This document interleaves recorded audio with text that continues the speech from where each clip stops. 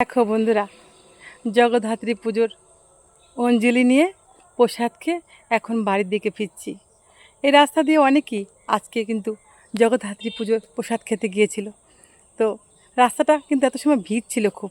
তা আমি ভাবলাম কি যে এই ফাঁকা যেহেতু এখন পেয়ে গেছি, তাহলে একটা ভিডিও নিয়ে নিই।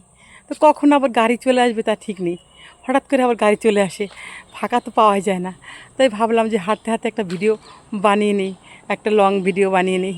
তো দেখো বন্ধুরা, আমরা যখন কোথাও যেয়ে থাকি কিন্তু আমাদের সঙ্গে কেউ না কেউ থাকে, তাই না?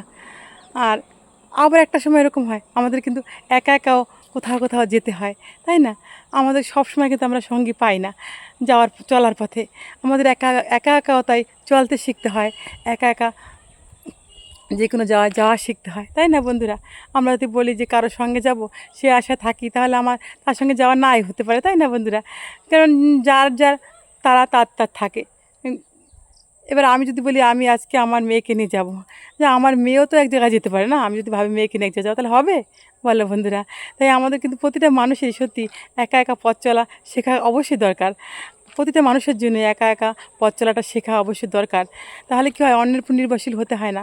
এই দেখো বন্ধুরা, আমাদের বাড়ি যাওয়ার সময় যে পুকুরটা দেখেছো, এই পুকুরটা, এই দেখো রাস্তার পাশে পুকুরটা দেখেছো, এই যে কী সুন্দর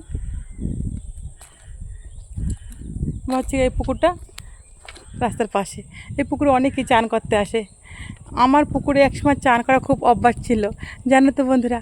এখনও পুকুরে চান করতে পারি না। এখনও পুকুরে চান করলে আমার ঠান্ডা লেগে যায়, কষ্ট হয়। ডাক্তার পুকুরে চান করতে বারণ করছে। আমাকে 12 মাস কালই গরম জলে চান করতে হয়। তো পুকুর দেখলে আমার লোভ হয়, জানো তো। এই যে দেখছো বাড়িটা, এই যে এই বাড়িটা রাধা গোবিন্দ মন্দির আছে, জানো? এই যে এই বাড়িটায়। আর এই বাড়ির প্রতিটা মানুষই কিন্তু ঠাকুর ভক্ত। এরা এরকম কোনো পুজো নেই যে তারা করে না। তারা কিন্তু নাম সংকীর্তন, নাম যজ্ঞ থেকে শুরু করে সব কিছু করে। মনসা, মা কালী সব আছে এই বাড়িতে। তো এরা খুবই ঠাকুর ভক্ত। তো ভালো লাগে আমার এদের ভক্তি দেখলে, আমার খুব ভালো লাগে। তোমাদের এদের মন্দিরটা আমি একসময় দেখাবো। এই দেখো ঘাটে ঘাটে এবারে বউরা কাজ করে। এই যে দেখেছো কী সুন্দর পুকুর ঘাট। এই পুকুর ঘাটে দেখলে আমার কিন্তু খুব লোভ হয়, জানো তো। খুবই লোভ হয় আমার এই পুকুর ঘাট দেখলে। কারণ আমার পুকুর ঘাটে কাজ করা একসময় অভ্যাস ছিল। ঘাটে যাব, একটু পুকুরে এক এক পাজা থালা নিয়ে যাব, বসবো, আর সেই থালাগুলি ধুয়ে নিয়ে আসবো একটু সময়ের মধ্যে, তাই না বন্ধুরা? বলো, কত ভালো লাগে, তাই না? আর এটা চোখে পেয়ে গেছি, দেখেছো এটা চোখে পেয়ে গেছি। এখানে চোখেটা বসে বসে এইবারে বড়ো থালা বাসন তো এই জলের মধ্যে, দেখেছো? এই পুকুরে এসে কত মানুষ চান করে যায়।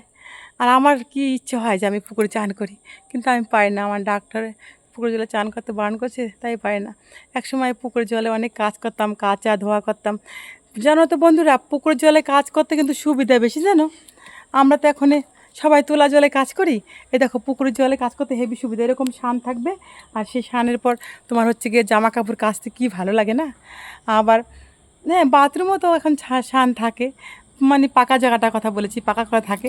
কিন্তু এই পুকুর পাড়ের কাজের একটা আনন্দ কিন্তু আলাদা, জানো তো বন্ধুরা।